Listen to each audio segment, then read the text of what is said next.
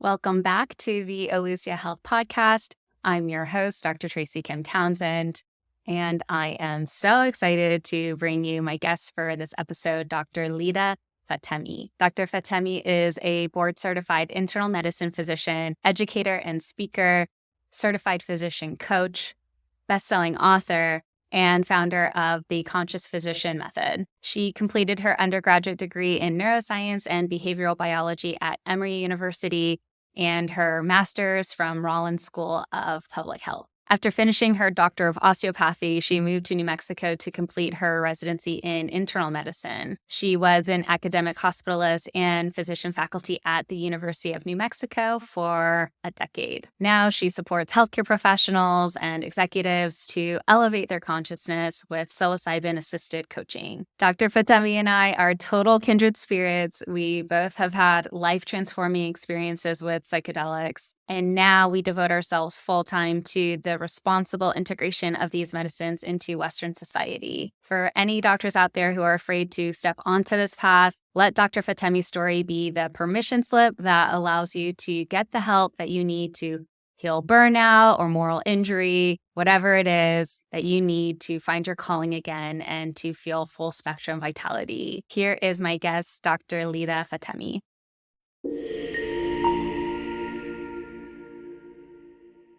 Lida, welcome to the podcast. I'm so excited to host you here. We were just talking about how much we were looking forward to this conversation and how the universe allowed us to cross paths. We crossed paths in the Physicians Moms group. I saw your post that you shared about moving through and learning, at this stage of life, what emotional regulation actually what that's about.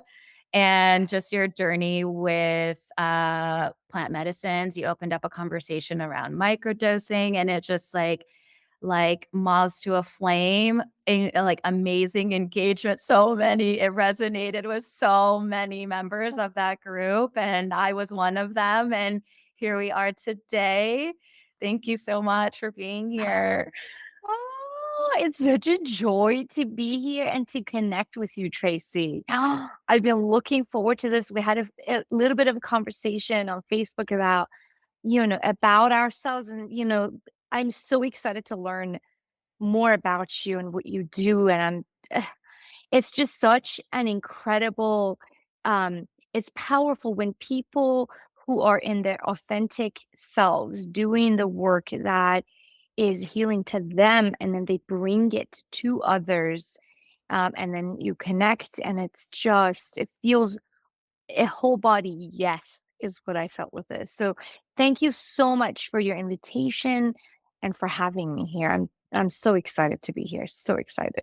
It really is a full body yes, and was something that I had to learn how to listen to, that intuition and following that feeling. That's part of this Yeah. work, right? Oh, and it's huge. It's huge. And you keep fine tuning. It's an evolution, truly an evolution that's never ending. It's not a destination. We talk about this in this realm, which is lovely to hear. And you're like, no, it's so true. You think you get to a place and you're like, oh, I'm good. And then you're like, oh my God, the next day or the next moment, you have other feelings that come up and you think to yourself, oh, like, oh, your 16-year-old says something. And then your 3-year-old is screaming. And then all of a sudden, everything just falls apart. And you're like, oh, I thought I had it. And there is none of that. There's no, I have it. It's that it's a process, it's a churning, it's a simmering that is happening all the time. And the more we choose to go towards healing and that dream life that we want to live, we recognize that we can in fact live that life. And every step that we take is a creation towards what you're looking for in life, how you want to be feeling in life as a mom, as whatever you are in life, as a being, as a whole being. We give these titles just to make sense of ourselves in this world, but we're very expansive beings, and how are we expanding ourselves? So I feel expanded being connected to you. That's for sure. Mm. And honestly, that post for me was very challenging to put up. There's a group of 80,000 physician moms in that group. And for me to find that vulnerable space and voice to come forward with, tastefully and not in a in your face kind of a way, but like truly, this has helped me so much in my connection with my teenage daughter and with my toddler son and in number one in connection with myself and being able to see myself and through their eyes and through their actions and through and fine tuning myself in my thoughts and how I'm thinking about myself and how I think of myself, it projects forward to them. And what I carry with myself from my traumas projects directly to them. And what I've healed projects straight to them. And then they project it right back. And so, thank you for receiving that, post. And so many physician moms receive that post with like, yes, this is what I also want in my life. And it was powerful to see that, to see how we care to be better. And I'm just honestly so proud. There's a lot of historical mistrust with medicine and doctors and all of that. And I understand that too, 100%. I still, my parents and family goes to the doctor. I'm like on the phone with them. What do they say?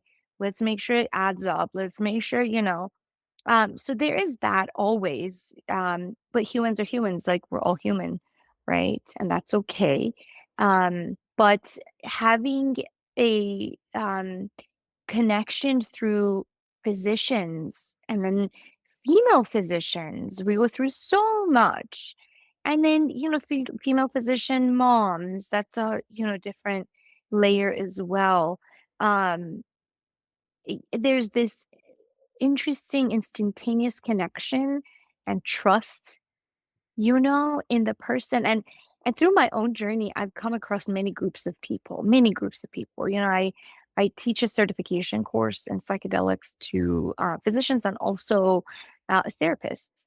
So this summer, I got to really delve into the therapy world, and there are lovely humans in the therapy world. Lovely. I mean, we need so many more of them. And we need them to also teach us how to be in that relationship with another human to receive and give. They do it so beautifully. And exactly, not every therapist is created equal, just like physicians, but generally they're a lot more open to new modalities of treatment, therapeutics, therapy, because they are also working through themselves. Who isn't? I think Yeah.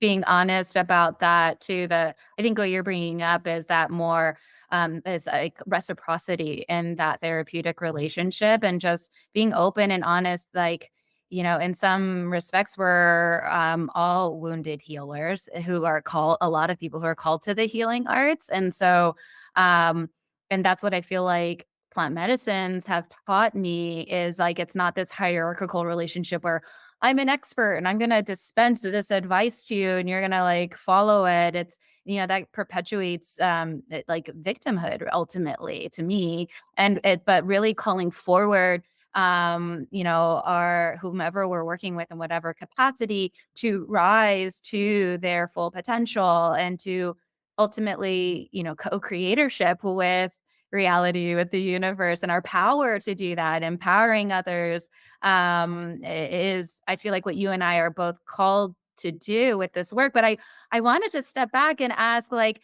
how did you first get into this? Like, and I joke like it's like coming out of the psychedelic closet, especially for us in Western allopathic medicine. And it's, like, a few of us step forward and all of a sudden, like, it gives permission for others to step forward and you start to see like people coming out of the woodwork. And I remember when I actually stated in my resignation letter I was working at Kaiser Northwest Permanente that I was, going to be resigning to work in psilocybin. like, it was amazing who came forward and actually like, "Oh, I'm actually," and I was like, "You really? I didn't I wouldn't have known." Like, we all step into this avatar in the hospital. So, anywho, I wanted to ask just, like, how you got into this work and, like, through your own, Oh, personal healing and then yeah, yeah, professionally. yeah. Yeah, yeah, it definitely felt like coming out of the closet, the psychedelic closet as a doctor, 110%. And I'll tell you, I'm gonna start with how I came out, and then I'll tell you my own journey. So, it was 2 years ago, I wanna say 2022 maybe, or 2021. Um, Aaron Rodgers, came out about his use of ayahuasca to help him with his mental health issues, and after that, he received MVP, of the year 2 years in a row. And everybody's like, oh my God. And he finally came out and like talked about it, and this was in, I think, some sports news. And I saw it. I was like, it's time. It's time we step into and we see our own fears of speaking about this as experts in the field and educate people, because it's gonna be a massive number of people who are gonna go into this. And when a huge influencer like Aaron Rodgers comes out and talks about it, a lot of people are gonna follow suit. And great, awesome, awesome, right? But we have to also recognize the dark side of psychedelics.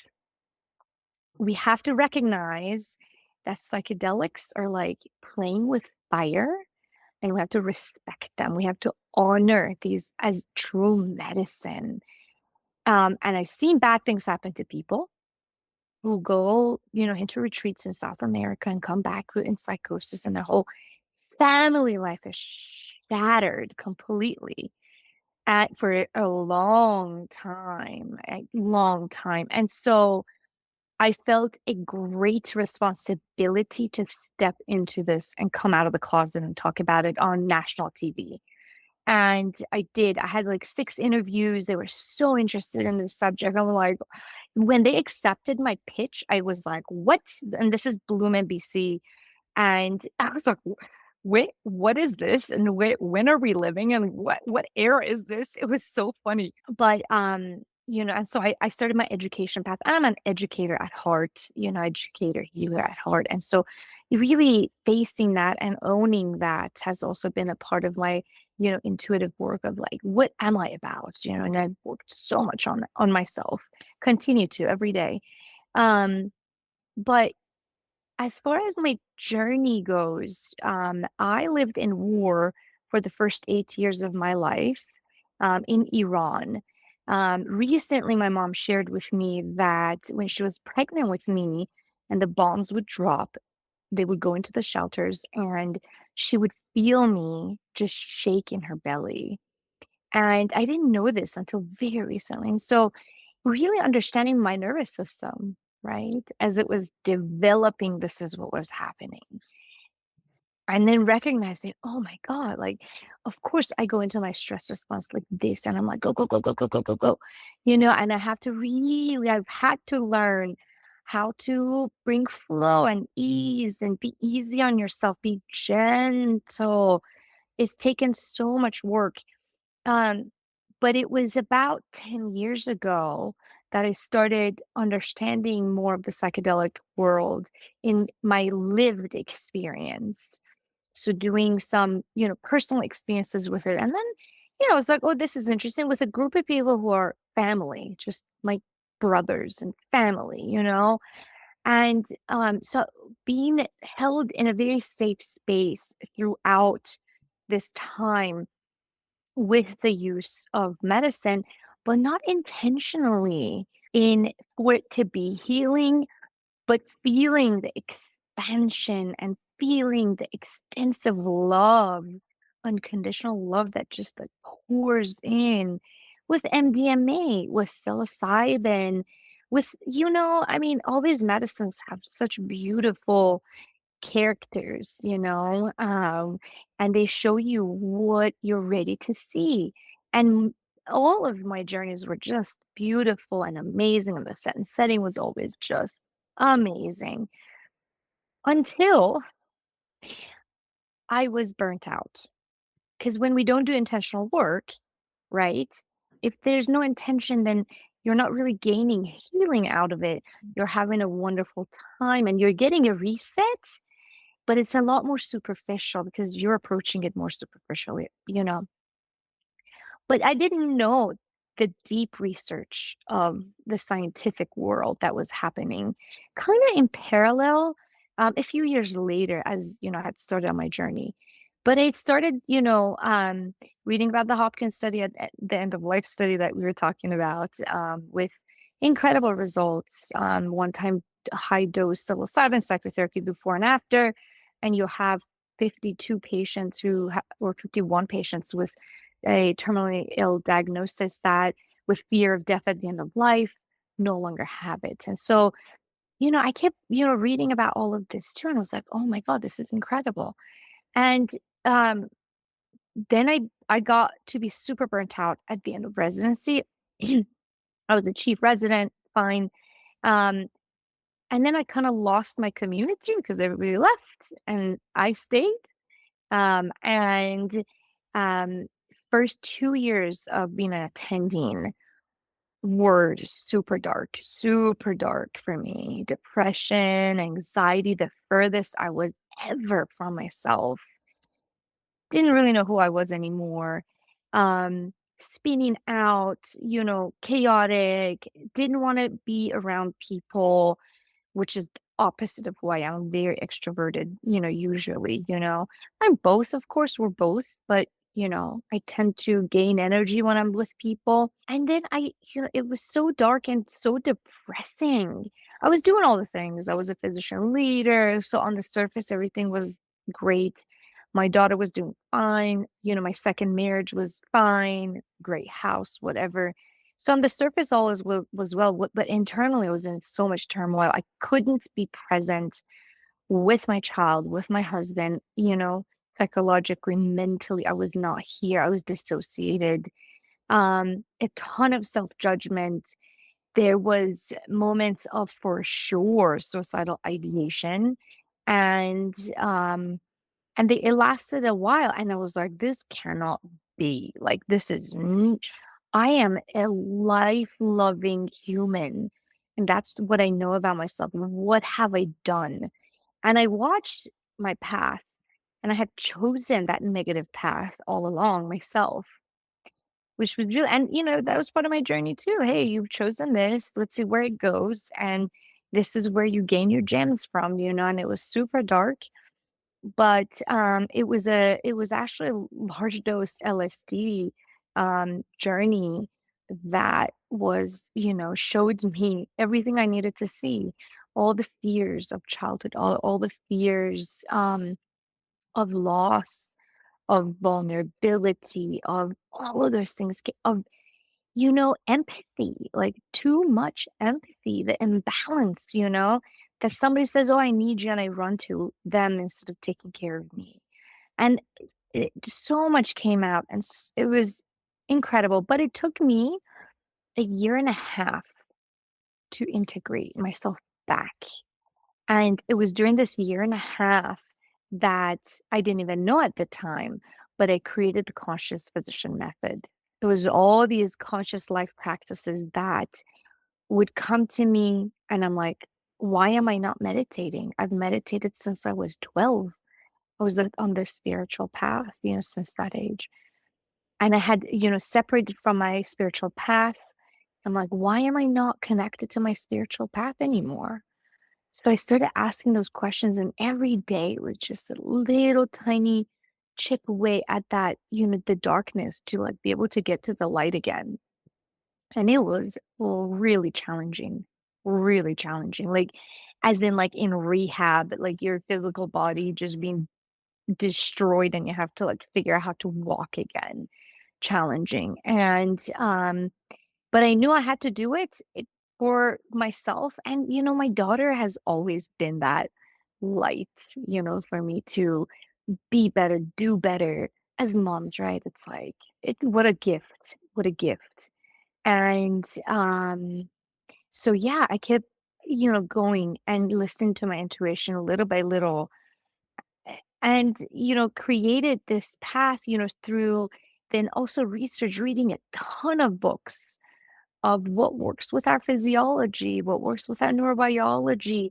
And all of it really started with like, how can I live a better life? How can I live a better life? Like, how can I feel better? Just a little better, just a little better.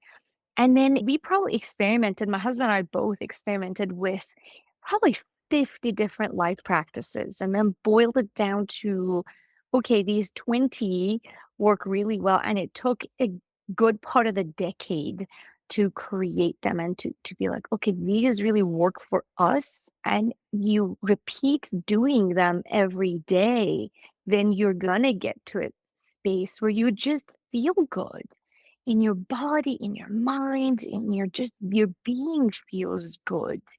And so why not keep doing this? And that led to, and during this time, I also became a physician coach and started coaching female physicians just on the conscious life practices. And it was really curious to see the positive feedback that, I was getting and their lives were changing, how they were feeling, how they were connecting with their family members was changing. And then later, I started including plant medicine Mm. and microdosing psilocybin specifically. But it took a very long it was a journey and I had to be quite patient and now I'm just it's fascinating who's coming to I have lawmakers who, want to be part of the program and they need change. I have men, which is really interesting as my clients who are older 70s and 80s who need a shift or they're coming to recognition of transition with age, with their bodies changing. And it's beautiful. So, but the majority of my clients are physician moms, because there's such connection in that and female physicians as well. So physician moms first, female physicians, and then I have men and also, people, policymakers and elected officials. And I'm like, "What? This is so interesting." And so needed too. My goodness, in that world. So I'm so grateful you're Yeah. serving in that Thank capacity. you. I did want to ask, were you working through all of this? You described a bit of like a dark night, between residency or in the first, we all know the first couple of years out of training are notoriously challenging. But yeah, were you working through all of this? So you're very high functioning. I was working through all of it and I not only functioning, I was like a physician leader and made a ton, like millions of dollars for our institution. By creating collaborative efforts, by creating ease of practice methods to help, physicians and frontliners do their work without being burdened. And all of that, like it created so much revenue for our hospital system because I had a position pretty much in the executive branch, right below.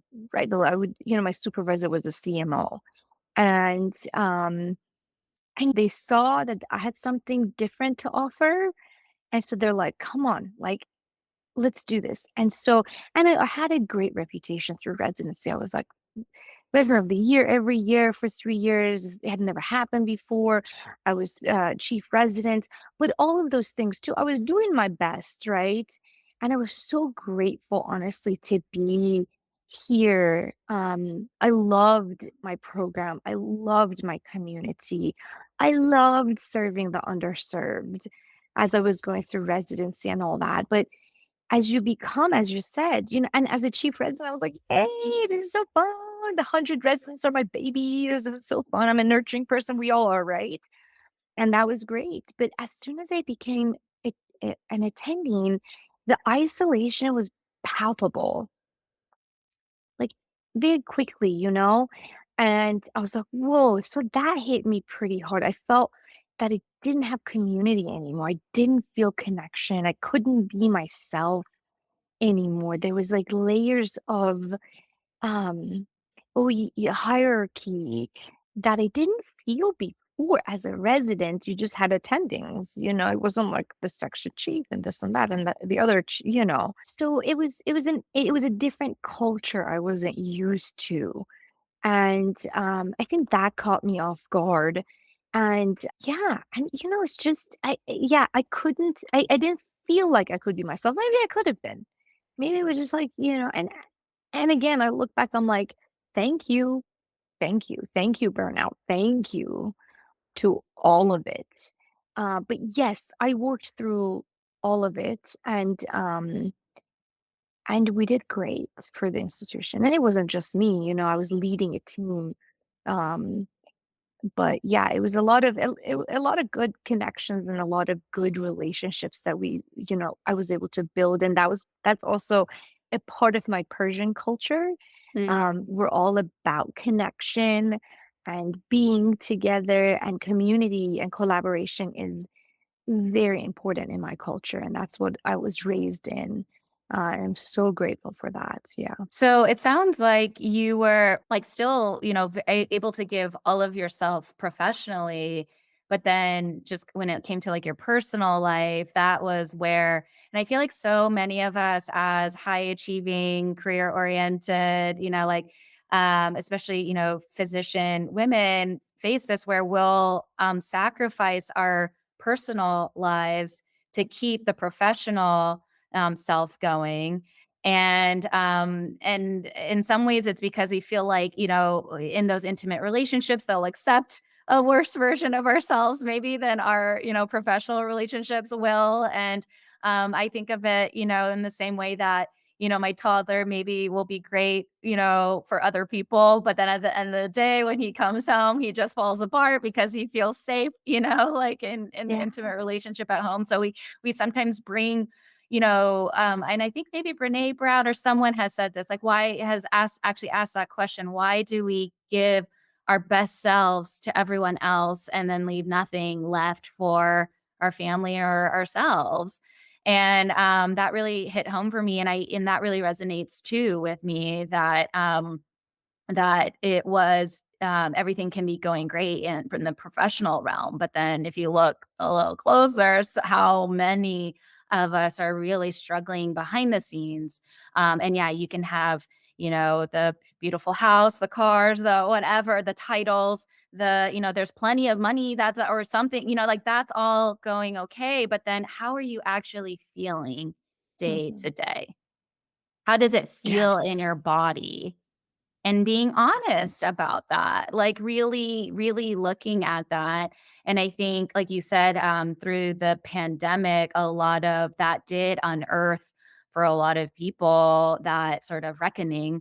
And people are in this awakening process of awakening to, wow, yeah, my nervous system is in shatters, or especially as women, I've gotten really good at executing this linear directed, just like highly, something to characterize it as masculine, our masculine faculties, um, and completely let our feminine faculties wither away in that process. And that's the intuition, that's the being in flow, that's also the spontaneity, the creativity, the bliss, the, actually being able to receive, like I actually had a problem where I was so imbalanced that even if I did have time to get some body work done or a massage, it like took me, I couldn't actually fully receive the medicine of that, or fully because it takes a moment to just like unwind all of that. Um, and and also another part of your journey that really resonated with me is like, okay, having maybe initially these experiences, these plant medicine or psychedelic experiences where you experience this peak or expanded state of consciousness, a holotropic state of consciousness, or you just see, wow, the default mode network goes down offline, and then these other neural pathways come online, and then you're just like, wow, dancing in that other way of being, that other reality. But then you come off of the medicine, and then you go right back into your routine, somewhat unconsciously, you're back kind of in autopilot again. And so it's like, okay, where's that? That's where like the integration piece becomes vital. And I would say that was a little bit that was similar to me, when I started exploring these medicines in the beginning. It was the beginning of residency, like having these experiences. But it wasn't until I worked with a coach. She was an underground coach who worked with psilocybin, where I really started to rewire my nervous system, because I was, you think, like you were saying, it's like, oh, I'm feeling great, like I'm one with the universe, all of this stuff. And then you get triggered by something that ultimately it all traces back to a deep childhood wound, of inadequacy, unworthiness, abandonment, scarcity, you name it. And then we're just in that reactive response. It's a reflex. We just like, it takes over. You're not conscious. There's no conscious, attunement there. 95% of our day is moving through our subconscious at work, which is why subconscious work with plant medicines is so vital. But that was me too. I was like, wow, I still am showing up as the old version of myself. I see my higher self. I see where I'm being called to embody that higher self, but something's not computing here. And so, yeah, that intentional work. And so, um, I wanted to ask, like, so you had, but it sounds like a lot of your integration work too was with your partner, in partnership with your husband. Is that right? It was, and he was a wonderful space holder for me. I don't think he knew how to help me integrate, Mm. but he knew how to hold a loving space, whatever I needed. And 110%, I would not be here if it was not for him. 110%. I've been married twice. This is my second marriage, and my first marriage was like, I was all of it, and there was just no reciprocity. And this marriage is a true partnership where we're both partnered and we both take complete accountability and responsibility for our own growth and our own happiness. And we remind each other of that. And so we step into it. We're like, no. And then when, one or the other needs a nudge or any help or any, communication in that realm, then we're there for each other. But that has also been an evolution of itself, right? For me, for him personally, and then together. So it's been a dream, come true. But it takes work and it takes conscious awareness and intentionality and taking steps. It's not just all up here. It's, you got to integrate. You got to, what you learn out there is just not enough. You are exposed to the magic to know that this life is magic, that you can bring that magic to this reality of the physical world, and that you can create beauty and that you can create paths that are healing and speak to the human, to the beings that need that. And it's all of us, it's not just the human, but all beings. When we are presenting, and this is what I'm very passionate about, is not only from it's really cool because when you take care of the individual and you go through that deep healing, and then you're able to connect with that higher self and show up for the higher self, and then kind of be able to create new patterns and pathways and let go of the old. And it takes courage. Every step of this takes courage. And there's going to be a ton of births that come with it, and they continue to. But you recognize that this is a birth, and that discomfort that comes with it. You're like, oh, I'm birthing a different part of me. Okay, okay, we got this. Oh yeah, and birth is not easy. It comes with It's it growing pains, I call it sometimes, there's like, and you find your edge and you lean into that discomfort, trusting that there's expansion on the other side of that really intense contraction, because you're just holding on to that part still in those ways. I wanted to ask too, so are you still working as a hospitalist then, in the same hospital, or are you full time in this work now? Yeah. So I was an academic hospitalist for, I was at University of New Mexico for 10 years, for a decade, was an academic hospitalist for 6 of those years. And last January, I left and I freaked out as I was leaving. And I'm like, what are you taking me back? How am I going to make money? In my own head, I'm like, oh my God, I made a horrific mistake. And as the older generations are like, "What are you doing? You had this great, prestigious job." And I'm like, "No, no, that is not who I am. That is not who I am. Do I want respect in life? Yes, but not prestigious. Like that's all ego, And academic institutions tend to be very egocentric and we just have to accept them for what they are at this moment. And maybe they'll change. I don't know. But I had to leave so that I could step into this fully, but it's been so challenging, Tracy. Oh my God.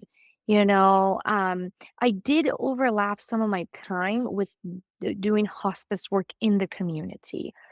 And I was always pro palliative, pro hospice in the hospital. In fact, I've had thousands of patients who died under my care.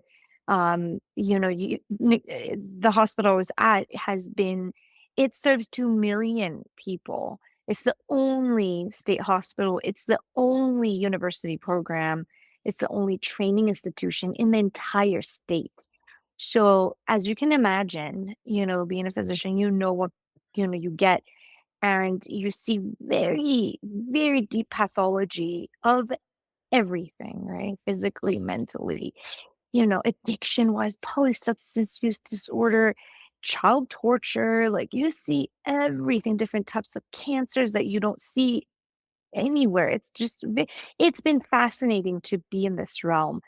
Um, but it was also very heavy, right? I was, I usually was not the person to really take on my patients' traumas. And part of that was because I was emotionally dissociated. And part of it, of course, we also talk about this in medicine. You kind of have to protect yourself and to also be able to be there for the patient, for the individual. If I'm in the storm, I can't be centered and give you what you need in this moment. And I still see that translate over into the psychedelic world when I'm holding space for people. Because I have to be like, a very fine-tuned um, violin if I'm going to be able to hold that very safe, caring, loving space for the individual who needs to gain whatever energy that it is that they need to gain in that moment in their journey. Um, but yeah, I left. And so now I'm like really deep into the hospice world. I did leave all the hospice practices and we're now opening up our own hospice practice. And yeah, so excited for that. We're in the licensing process of it. And we have an incredible team of people. It's Uh, going to be, creating our own system that makes sense that, and every individual in it who's, part of this partnership is just in their power. And they've done this for a long time and very intelligent beings. And we all have a very common vision. And so I'm so excited to bring this work and take care of our staff, take care of our doctors and nurses, and therefore our patients at a level that we want to. So super excited for that. And oh, yeah, yeah. And then bring this work, the conscious physician method, into our organization too. So I'm going to be doing group coaching for our um, group, for our organization. I'm going to also educate them on plant medicine for themselves, educate them plant medicine for patient care. So super exciting. It's super exciting. wow. Yeah, that's like that every a lot of what you shared brought up so much for me. Like first just around how the skills that we cultivate as physicians, how wonderfully they translate into into facilitation work if someone is called to do that, but in a conscious way that is actually not, you're not dissociating in those moments like I had to when I was in the trauma bay, right? Like in residency, in order to compartmentalize and do what you need to do in those moments.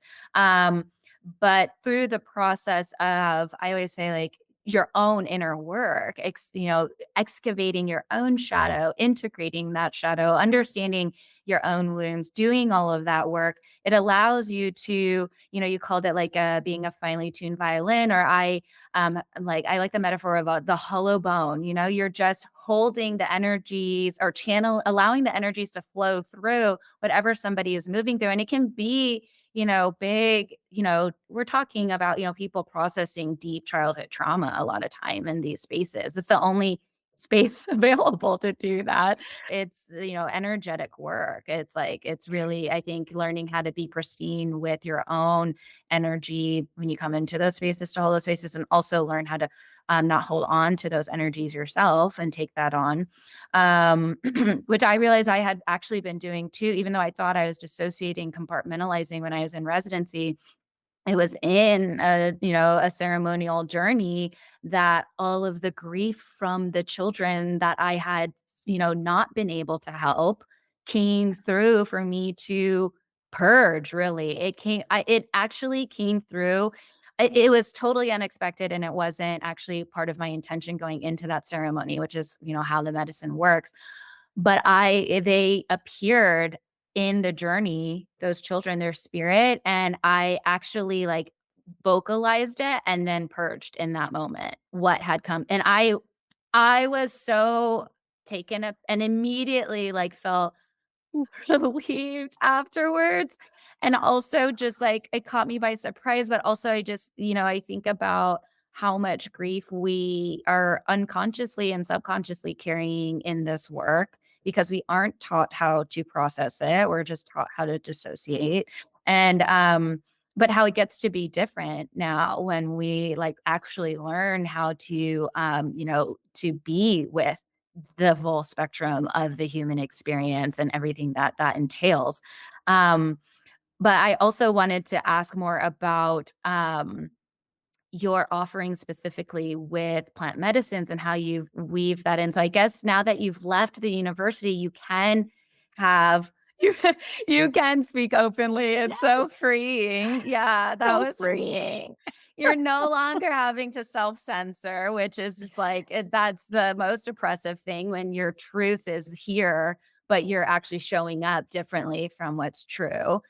So you liberated yourself from that. And so now you get to, yeah, work a little more openly with plant Yeah. medicines. Can you share more Yeah. about that work? Yes, yes.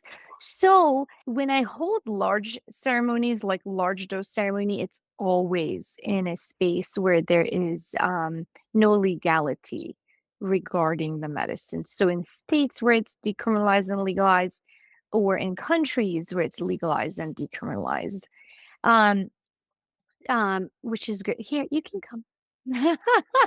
My hubby. We were just talking about you. We love Yes. you. We love you, she said. We do. Um, yeah, so most of my work centers around educating people in how to, number one, implement conscious life practices into their life. Because what's so curious is how trauma that is unexamined and unresolved shows up in our lives. And oftentimes, what we see is in this self sabotage pattern. So, when we're implementing the conscious life practices into someone's life, for example, breathe for 5 minutes a day. Cool. Just pay attention to your breathing. Be conscious that you are breathing. Simple, right? You don't know how many of us physicians and female physicians specifically, we don't have time for that. 5 minutes. Or I forgot. Or. And so we talk about that. I'm like, okay, so what is it? what are the obstacles, or with Mhm. this and that. And then I'm like, okay, let's do it right now. So during a coaching session, we'll do the practices together, the ones that make sense to do together. We do together. And and then there's education on the use of psilocybin in microdose fashion. Just because microdosing is it fits to 1/20th of a dose of any psychedelic. Now, in this realm, I teach them about psilocybin. We talk about the science, the research, everything that's out there about it. And then we talked about regimens that work for you, don't work for you, and how to call out your intuition and how to work with that as we unravel layers of the self-sabotage onion, and we try to get into the core. And then once people get into that realm, hey, if they are in a state where it's legal, then they can use it. Or some people are like, no, you know what, I'm suffering, I'm going to use it. Mm. And everybody has freedom to do what they want. They know the legal issues. It's illegal in most states. A lot of states are now looking at decriminalization. It's on legislation and ballots and so forth, just like New Mexico. We're right behind Colorado, and Oregon has been decriminalized for a while and legalized. But, California, a lot of the municipalities there and cities have decriminalized microdosing and psilocybin in general through a ton of grassroots advocacy. Um, so, yeah, I have people that, they're like, I'm suffering, so I need this, and I need to move through. This is what's calling me. And I can't be that blockage of something so healing just because. So we don't talk about it too much, but but I give them the education that they need and to do it safely. And yeah, and I have a self-discovery program that I do with people that's 8 weeks long. And I created a whole method and I wrote a book on it recently. My program, the self-discovery program, is thousands of dollars, and the book is only $50, so that anyone can take it home and do it on their own if they choose to. The structure is there. You just have to have the willingness and the motivation to do it yourself, or call up a friend and be like, listen, let's do this together, or form a book club and like do it just with this. And it's form community around every single practice. But first and foremost, remember to do it yourself. And in that container, sacred container that you create for yourself with just 5 minutes of breathing, you're telling yourself that you're worthy Mhm. of that love. You're worthy of the time that you are taking, you know, that day for yourself. And so the more you do it, the easier it gets. And then when we add a microdose into the picture, which is sub-perceptive and does not interfere with your normal functioning, then a lot more unveils. That is very subtle in your thought patterns. And then you notice, oh, I am self-sabotaging. Like, I was doing this with my son. He was 5 months old, and my husband's like, well, let me change him. And I'm like, no, no, no, I got this. No, I don't. I don't got this. Yes, please take him. Yes, please. I haven't slept all night. I haven't slept in 5 months. And so what am I doing to myself and why? And then what's so cool, Tracy, is that for me, with the use of medicine, those blurred things got away. And then I started recognizing, oh man, it's been generations of this. This is not just me. Oh, I was like, my mom did this all of her life. My grandmother, my aunts, and you just keep going. And it was revelation and such expansion to experience that, to have a lived experience with that, a whole body. Oh, like what just happened, not just in my head, because as physicians too, we're so in our heads, we're so disconnected with our bodies and with our intuition. And these medicines is done intentionally and through guidance, proper guidance with people who care and love and want to do good, it's truly life changing. So Oh yeah. yeah. Oh yeah. The awakening to the intergenerational, patterns and conditioning and trauma, and the realization, the revelation that you are actually not just healing yourself, but you are healing your entire lineage backwards and forwards. And so then that totally to me reframes the like, do you have 5 minutes to breathe? It's like you're not just doing this for yourself. You first like, or sometimes it helps to reframe it as like, this is where I think inner child work is so powerful. Like how would you, if your inner child is asking you for, hey, 5 minutes, and you're like, oh no, I'm too busy.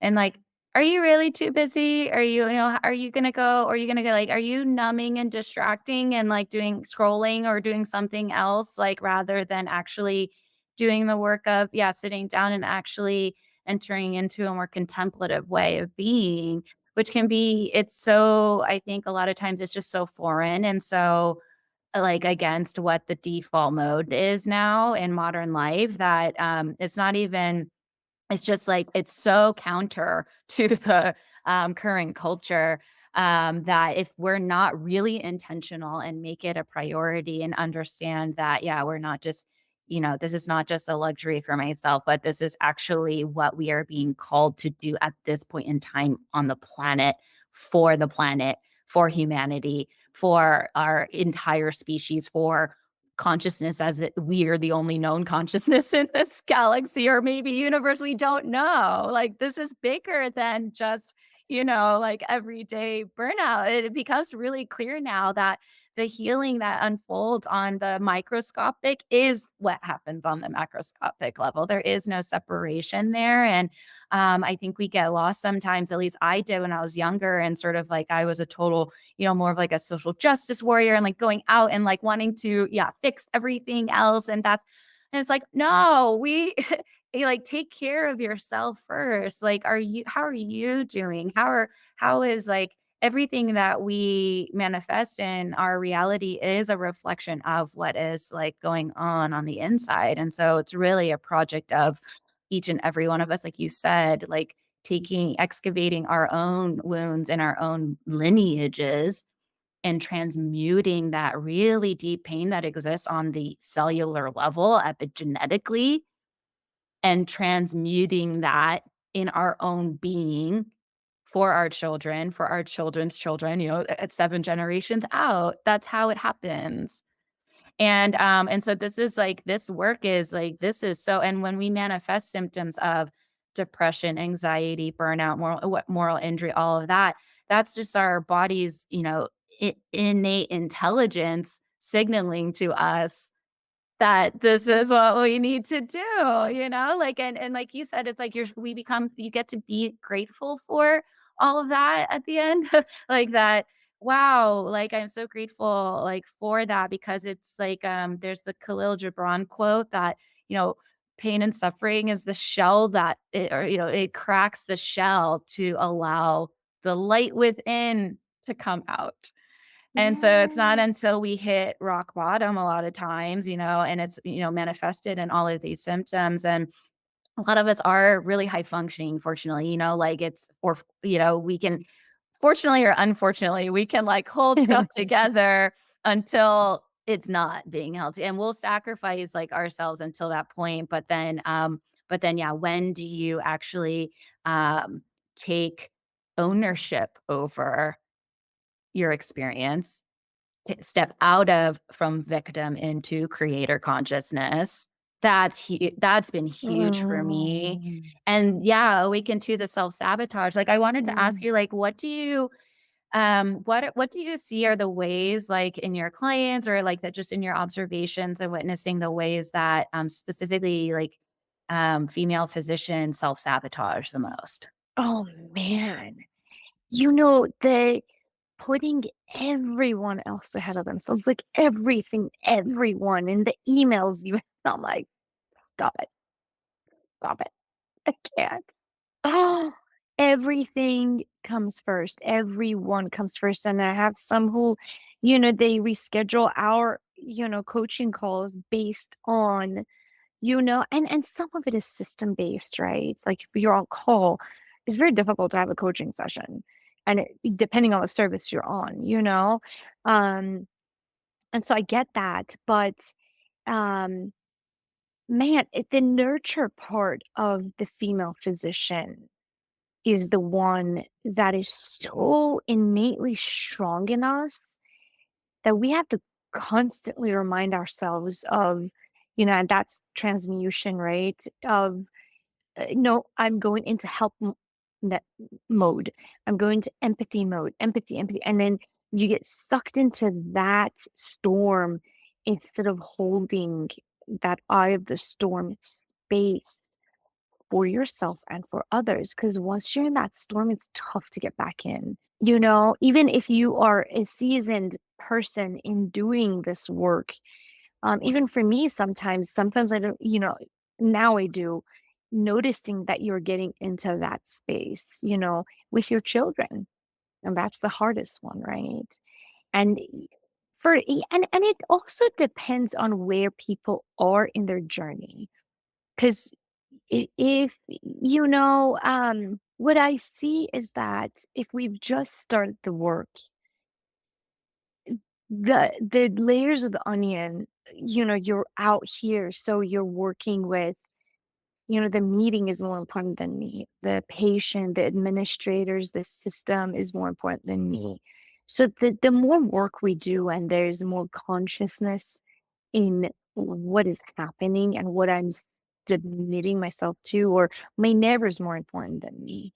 Their needs are more important than mine. Um, and also, it's feeling secure is another thing that I see. That sense of confidence. I mean, I work with people who are badasses. These women are just like on fire, right? In doing, right? And that's another thing that we value in society more. And we're shifting that. But it's important to talk about it because Mm, a lot of them come to me, "Oh, I gotta get, the next promotion, next promotion, next promotion." I'm like, "Or next certificate, next fellowship, how many do you need?" I see that too. So yes, yes, yes. I see the people pleaser. That's like if everyone else is good, then I'm good, which is externalizing your state of being and giving your power totally away because there's never an instance when everybody else is good and then you can be at peace and feel good. And so it's actually the opposite. You help other people to be good when you're taking care of yourself, and giving from a full cup. And then also the perfectionist, like this Mm. idea that like if I yeah, like this is what it looks like check these boxes and do all these things and then I'll be okay. And then I'll at the end of the day, and I think you talk about this a lot. I've just been falling since we connected, just what you share about this journey to self-love and really becoming self-sourced and no longer externalizing, our state of being onto, when I get this promotion or when if everybody's okay or if, all of that. And because you've done that up until now, you've been doing that. How is that working for you? Not so great. Like, you just keep climbing the ladder or climbing the mountain and it's just the same, you might get a momentary, spike of dopamine by achieving, right? And it's always transient and then you come back to your baseline state and there's, the hedonic adaptation too, it's like okay, okay, if you make more money, you keep doing all of these things, chasing these external validators of your worthiness. And it's like, well, what happens if you take all of that away? It's terrifying. So Scary. yes, Yeah. to really contemplate, like, who are you without all of those things? Who are you? And I think really Mm. grappling with these things before, because we all, with the passage of time, like there will come a day when we can't give in that way. And then who are we? And we can see too, so many people, you work with end of life and hospice and all the palliative care, like so many of us hang our worthiness and our identity on all of these external markers. And it's like, what happens when you really, that journey to the divine self-love that is just, it is what is there when nothing else is there. And I say you really get to viscerally experience this in plant medicine ceremonies, because there's like a cognitive journey to self-love and intellectualized journey, but then Ooh, there's the knowing, and then there's, I say, like the gnosis. This has been coming up a lot in my world, where the gnosis, gnosis, this is like this embodied wisdom knowing. I love that. I love that. I'm writing it down, Tracy. It ripples through you, and it's just a felt experience, like a direct experience. And it's like that is what is true.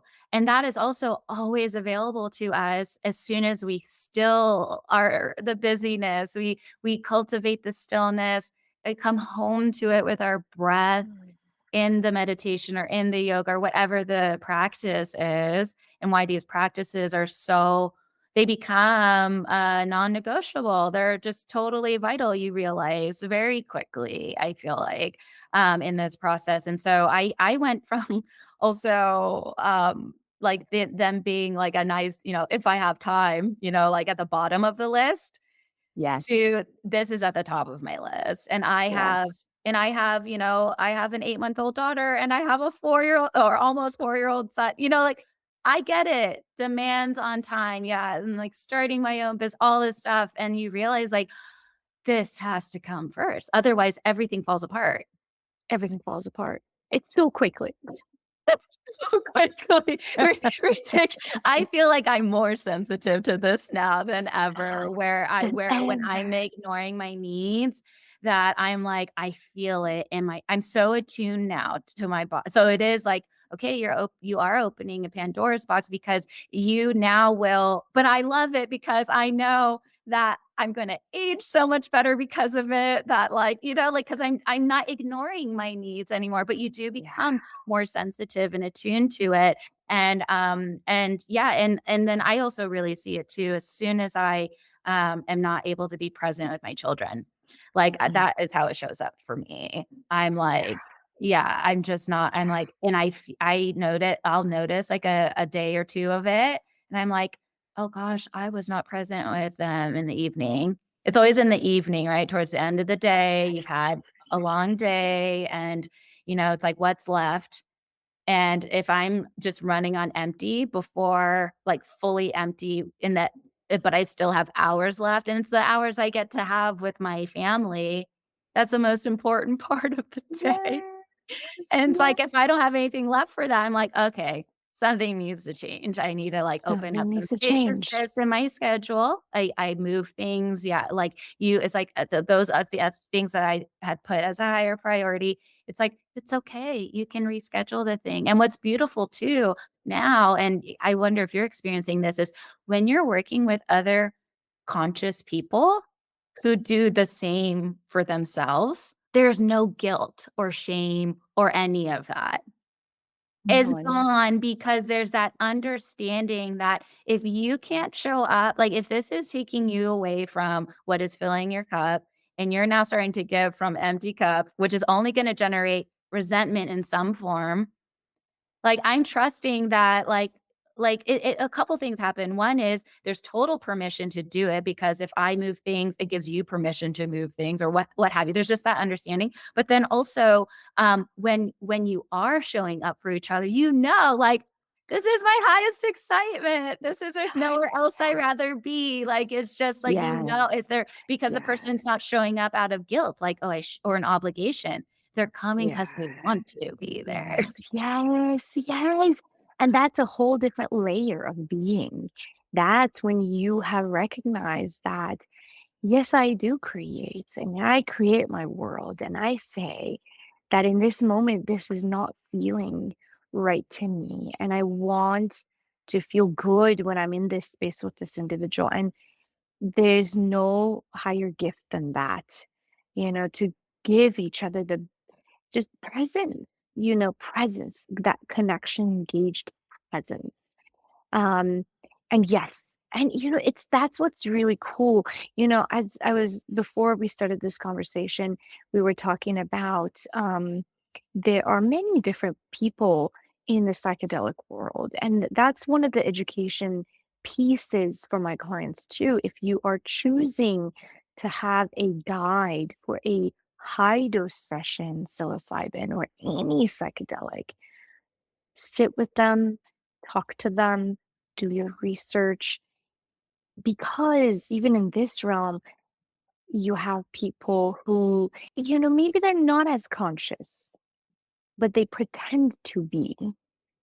And they sound good and everything on the surface is looking good.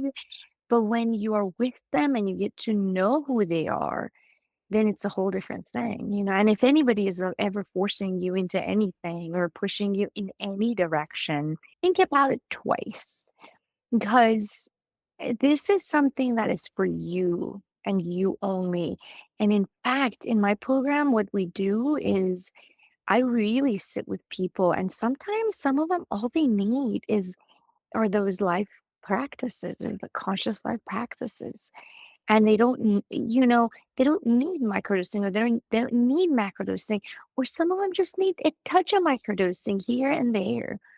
And they're good. They're in the space that they want to be. And I'm like, yes. And, a lot of my female physicians who are also very sensitive, and they've lived in this very insensitive system, right?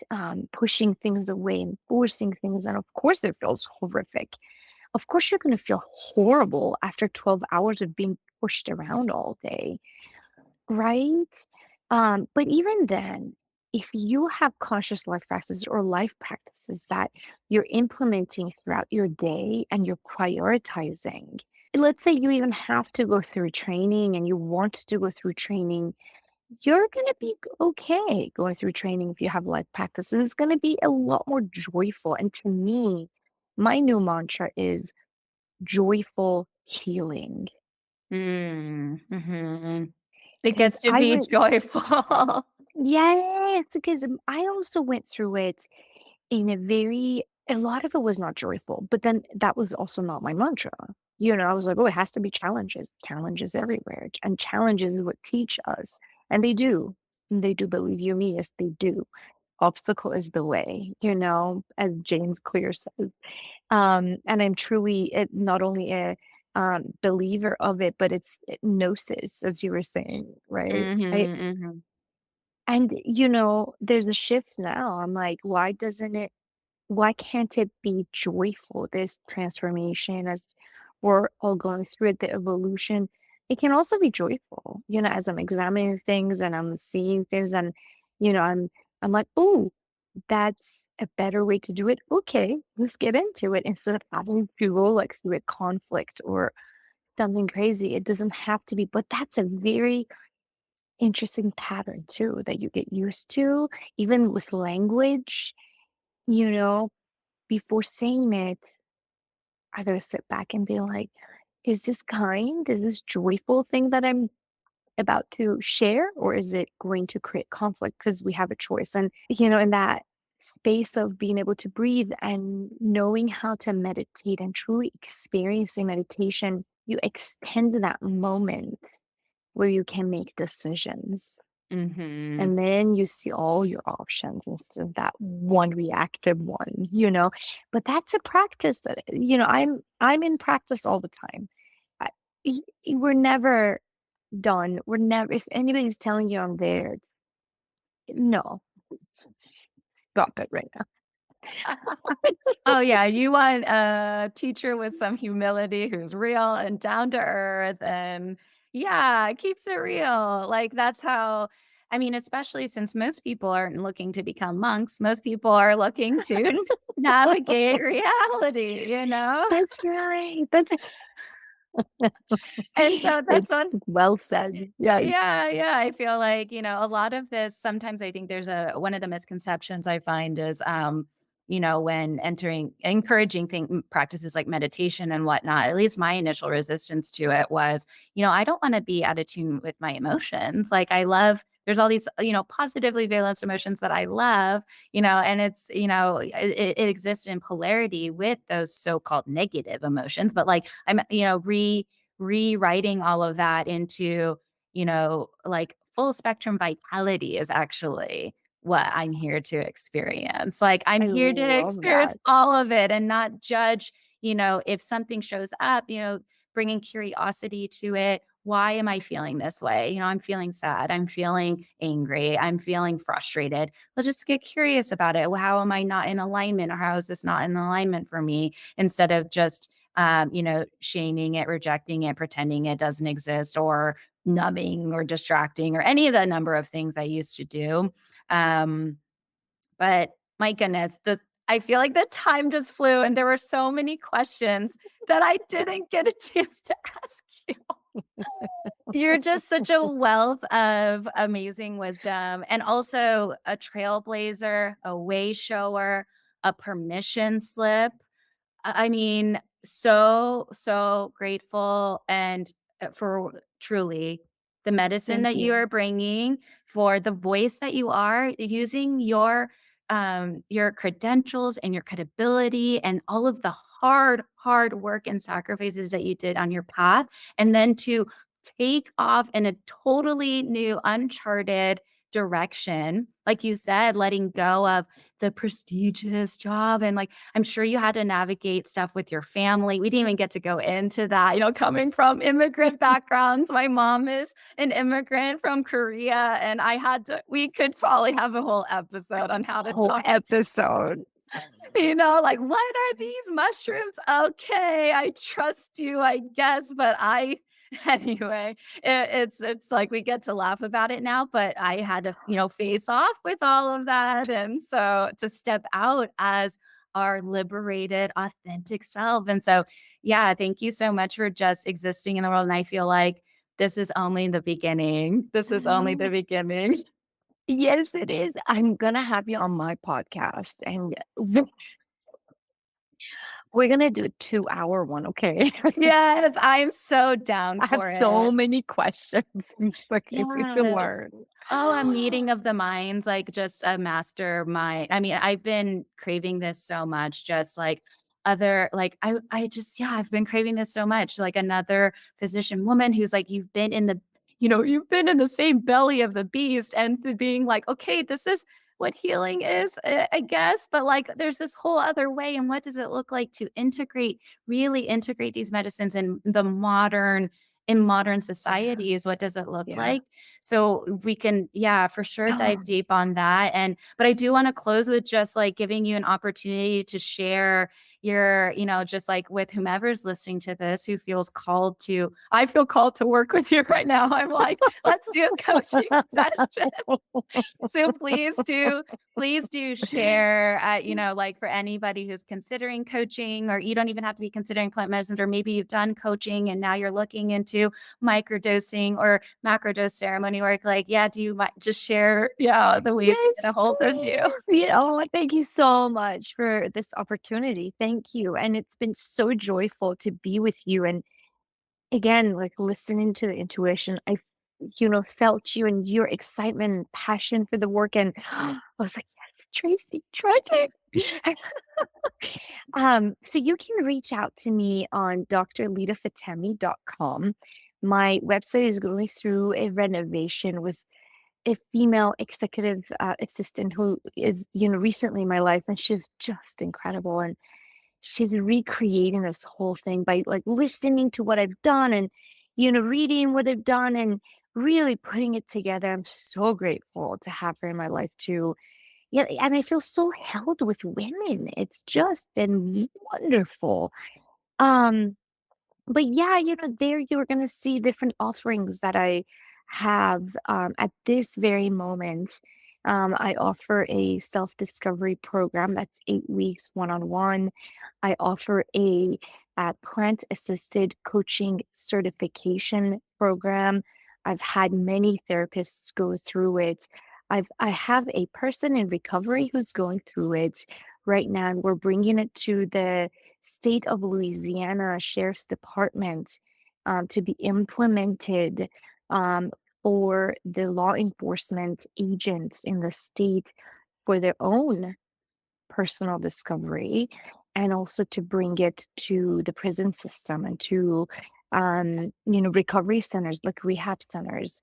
And then I also offer retreats right now. What's come to me, and it's just really, I'm going with the rhythm of universe, and also with my own rhythm of what is in alignment, is a the conscious physician joyful healing women's retreat that's specifically um, for female physicians and female physician moms.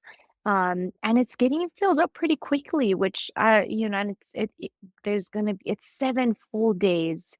It's in August. It's August 1st through the 7th. We have um one-on-one coaching and group coaching beforehand, one-on-one coaching, group coaching afterwards, and 7 days of being together on the ground with plant medicine, microdosing, macrodosing, integrating and learning about our journey, and also integrating back into city life where we're holding it. There's a beautiful balance between nature and city life, so that once people have integrated, they can with more ease get back into regular life in the wherever they live in the United States. And just getting to know female physicians from all over the country through this work has been fantastic. It's been wonderful, and everyone's journey is different and fascinating, and I learned so much. And it's just, I have people who from 5 years ago, they still connect with me. They have questions, or they're going through something, or so I have that too, just one-on-ones when somebody is going through something. Um and Yeah, let me not forget my book, because that was a whole thing. It was like We'll it took definitely me include. please do. It took me 2 years to write it, Tracy. I kept Oh, I'm analogizing it. I'm in deep bow to you. Thank That you. is an aspiration of mine, but I'm just like, anyone who is able to execute something like that, I'm just like, wow. And yeah, we'll definitely include that in the show notes, a link to it. I feel Thank like it's you. going to be a foundational text, honestly, for anybody who Thank you. is looking to become a psychedelic informed doctor, which all of like I don't know if we touched on this, in the pre-show if we were already recording, but these medicines are coming. They are going to revolutionize, all of medicine we can see. And more and more people are being called to it, like you said, with, Aaron Rodgers and so many more, high profile people coming out about it and influencing the rest of society.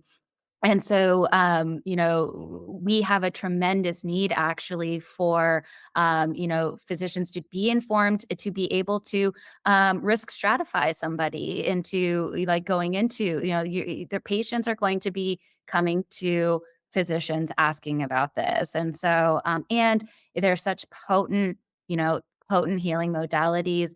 If we can support that, for our patients, like that's part of, our service, is being in deference to these other ways of healing. It's not just Western allopathic medicine. Like it's, we can make room and integrate these other ways of healing, and truly bring in the new paradigm of medicine that we are crying out for. It's so clear we're ready to evolve past what our current state of affairs is. And so it's like it includes this.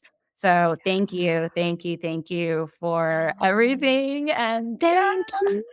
And I must say how impressed I am by who you are, and how who you have decided that you are. You're like, I'm my authentic self, and this is who I am, and I'm going to step into it at such a young age.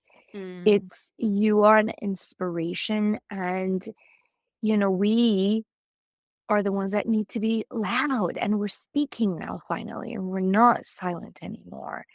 And it's so beautiful to step into it and that generational shift because the younger people are watching, the older people are watching and hearing.